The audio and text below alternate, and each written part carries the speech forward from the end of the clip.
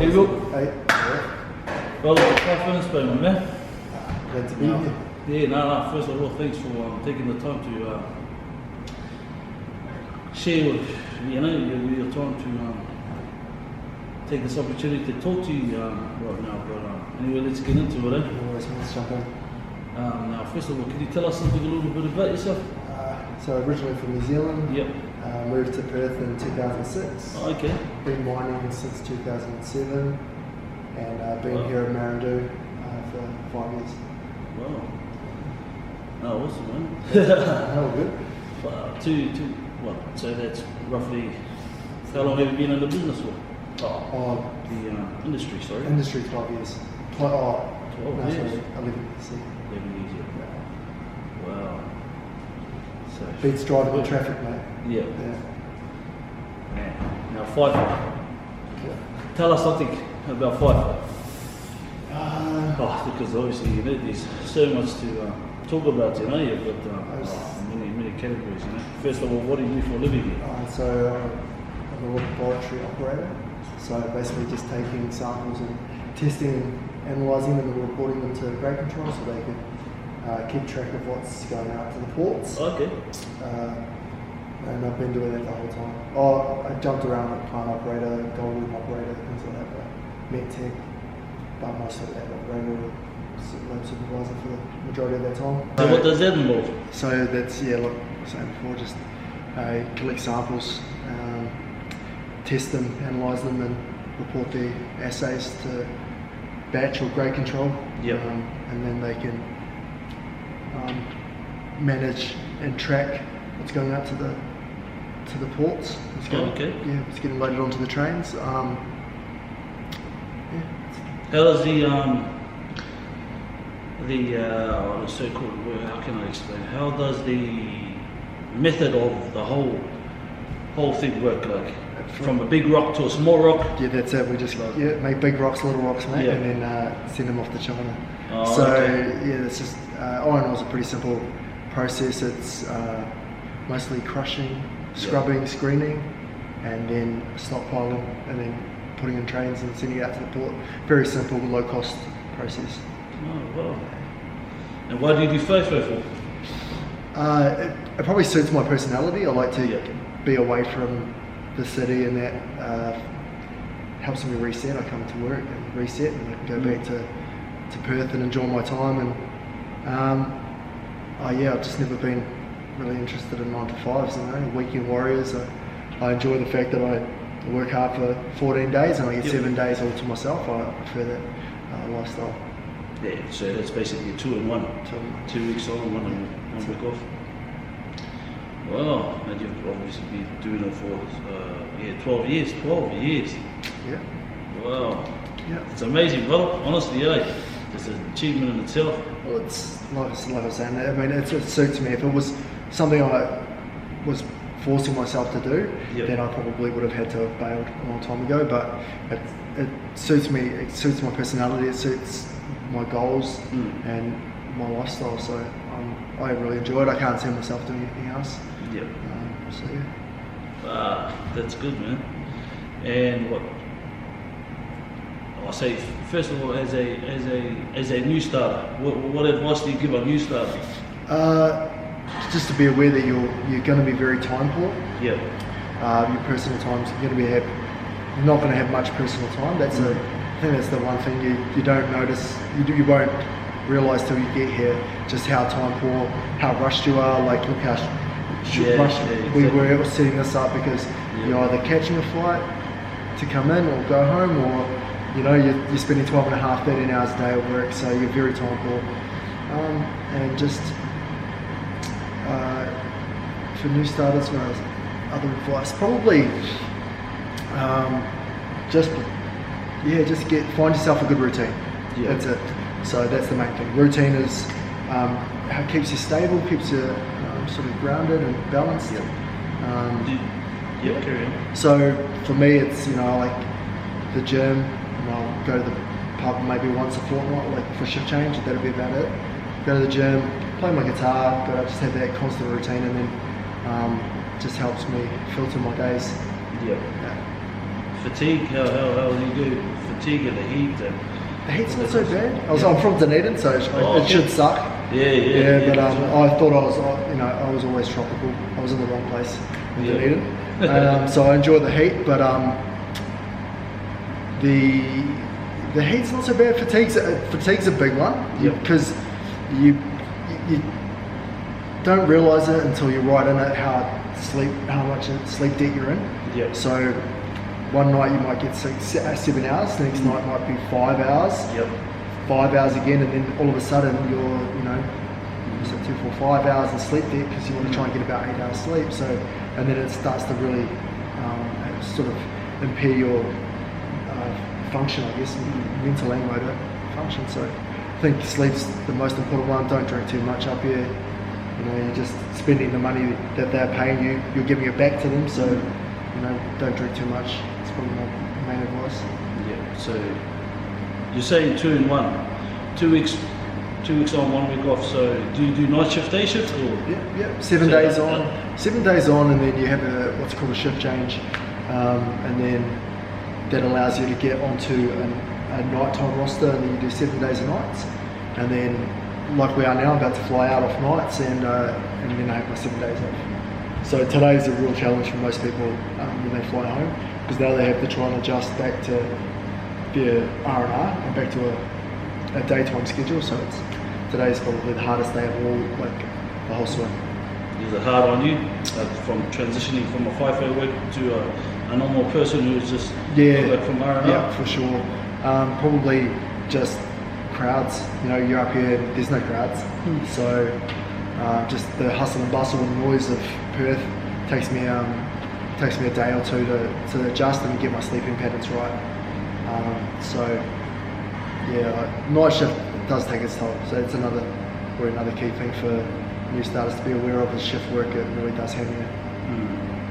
Have you got any funny stories that you could share with us during your years? And obviously you've got a lot of stories. Yeah, there's a lot of stories that actually stands out. You know what I mean? As in, it might be camaraderie, or Yeah. Also, might be a few of the boys drinking, and next minute they flip up, or I don't know, anything. Share with us, dear brother. So we've had a guy who's notorious for like when he's got to go, he's got to go. Doesn't matter where he is, he has to stop what he's doing and go. So we were about to fly out, and we're boarding the plane, and he's got to a seat and he sat down and he felt the tingle. He's like, just jumped up, and there's the hostesses down the aisle, and he's just jumped up and he started making his way down to the toilet. And we're buckling up and about to take off, and she's like, "Sir, you can't be down here. You need to go back to your seat." He's like, "Nah, I need to go to the toilet." She's like, "Sir, you need to take your seat." And he's like, "Look, lady, if you don't let me go to that toilet, I'm going to shit myself right here and right now." And she's just like, the look on her face was priceless. And she's basically had to let him go to the bathroom. What else is she going to do? But in doing so, we missed our jump time, and we were delayed flying home by about 45 minutes. So that's it's something funny that happened recently, but there's stories like that. Yeah, stories everywhere. Yeah. And what about the camaraderie? So getting back to camaraderie as in your work crew, or so to speak. Work crew is awesome. Can't say enough kind words about my work crew. Got a very good bond and just work well together, support each other. Yep. We're able to talk to each other about personal stuff when we need to. Like, not everyone's talking to everyone about personal stuff, but we all have at least 1 or 2 people within our crew that we can go to and get things off our chest if we need to. And Rio's really good. They provide and train peer support workers, so you can call them up and speak to them confidentially, and they also supply external contractors for mental well-being and mental health. So that's another thing they provide, another service that they provide for us. So that's really good. But camaraderie, I couldn't ask for a better crew. In my 12 years. No offense to anyone else I've worked with, but the crew I've got here is really good. Really special. Good on you, man. And can you just elaborate more as into mental health, because it is a big key to Yeah. FIFO, I gather, Yeah. from your experience, correct? It's the biggest challenge that I think the industry faces, really. There's the isolation. Essentially, it's isolation. You got a bunch of guys isolated away from, and girls, isolated away from their families. When things go wrong in Perth or wherever they're from, it's not like you can just go go fix it or go help sort it out, or the kid's sick, so jumping on a plane and getting home's not the easiest. It's the isolation and the inability to deal with problems as they arise the way you would normally do them if you were home. And that's the hardest part. And then just the work stress, like it's not easy, working 87 and a half hours a week. That's a lot of hours to be just working non-stop. So I think that impacts some people. And then,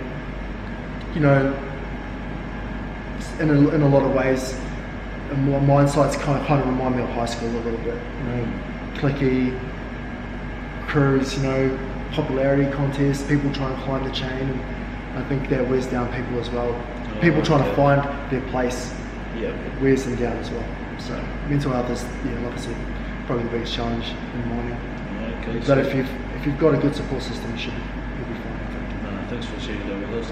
And just in regards to clicking and stuff and whatnot, do you reckon this game is a small circle? Do you see the same people, or do you see different people every day, or especially on, for example, shutdowns or something like that? Are you in that kind of crew? So we've got the same crew like the whole time. Okay. So we interact and see contractors, and some of them quite often come back, and so you get friendly and able to make friends through that. But it's mostly just the same people. But especially like if you enjoy where you work and the people you work with, it's hard to leave. So like no one, we've had a pretty stable crew. Like not many people leave in the 3 to 4 years I've been with Team 3 at the moment. So. Does it get stressful sometimes? In a way of it can work related? Yeah, it can be. I do all the training and assessing, so for the lab, and I find that quite challenging. Just a lot of people that come to the lab with zero experience, science background, and experience. They've come from completely different walks of life, different ages, from very young to nearing the end of their careers. So the challenge is finding the right way to get your training across so they can understand it and interpret it and utilise it. So that's probably the most stressful part of my work. Is I enjoy my work. I've always enjoyed working in labs, and I like I just like the process, just do. It's my little quirk that I like, and I'm good at it. So. Now I'm trying to paint the picture. Like I'm trying to hone into what you actually do. So you basically get a sample of a rock, but do you, is that what it is? Sorry. Kinda. It's Well, just as I say, okay. Just for instance, you have a rock. You want to test. You want to find out what's in the rock. You give it to the lab. So we turn that rock into an assayable material. So we crush it, then we'll mill it, so it becomes a finer substance, and then we take that and different materials utilize different testing methods. But for iron ore, we use what's called X-ray fluorescence to test the sample. So we take that sample that's been milled down, and we add some flux, what's called flux to it. Put it in in a furnace essentially, heat it to a high temperature, let it cool down, it becomes molten, then as it cools down it becomes a glass bead with a surface area that can be read using X-ray fluorescence. And so the machine that we have is called XRF. It's a pricey piece of equipment, but it's fast, it's reliable, and it has can test multiple elements, which is probably its best benefit. Oh, awesome! And that's an analysis to state that it comes from Marandoo itself, or just not that it's just Marandoo's unique product. It's just what's in it. So like the percentage of iron That's Yep. the percentage of alumina, silica, phosphorus, like all the different elements that they use to. Rio have what's called the Pilbara blend. Okay. So they take every Rio site's material and blend it to like a quality product, the best iron ore product on the market. So they need to know what's in ours, so they can blend it with everyone else's to make that Pilbara blend. Yeah, no, thanks for that, mate. Just off the topic, what is your most successful achievement you've achieved? While in mining or just in general? Both. I think greatest achievement was moving from Dunedin and coming here, like taking the leap by myself. Yep. Like I only had $150 to my name and a one-way plane ticket. Yep. So I think that was getting to where I am now. Like, I'm very proud of that achievement. Awesome, man. Work-wise, just I guess having like supervisor roles, being responsible for people, helping train people, and just. Is that a qualification in itself? Which one? What you actually do? Yeah. There's different levels of qualifications that you can obtain. Like you can go to Lake TAFE and do Cert 3 or Cert 4 on lab techniques, or you can do have some sort of earth science or chemistry background to have a degree. So, but yeah, I think my greatest work achievement has just been a good workmate, being dependable, and being a good person to work with. Awesome, mate. And where do you see yourself in 1 year's time? In 1 year's time, here, Maribou, with Rio, and hopefully on a better roster.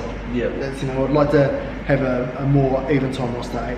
8 days on, 6 days off would be better because my golf game is suffering at the moment. Oh, okay. Yeah. What about in 5 years' time? 5 years' time, I think I would like to still be in FIFO. Yeah. I just enjoy it, so there's no reason why I wouldn't want to be on it. Be still in the business, and just hopefully with some career progression. You don't want to be still too long. If you're not moving forward, there's a saying goes, you're dying. So, Do you have a basically last one, dude. Last one. Do you have wait, I'm trying to think. Do you have a positive quote or a motto that you live by?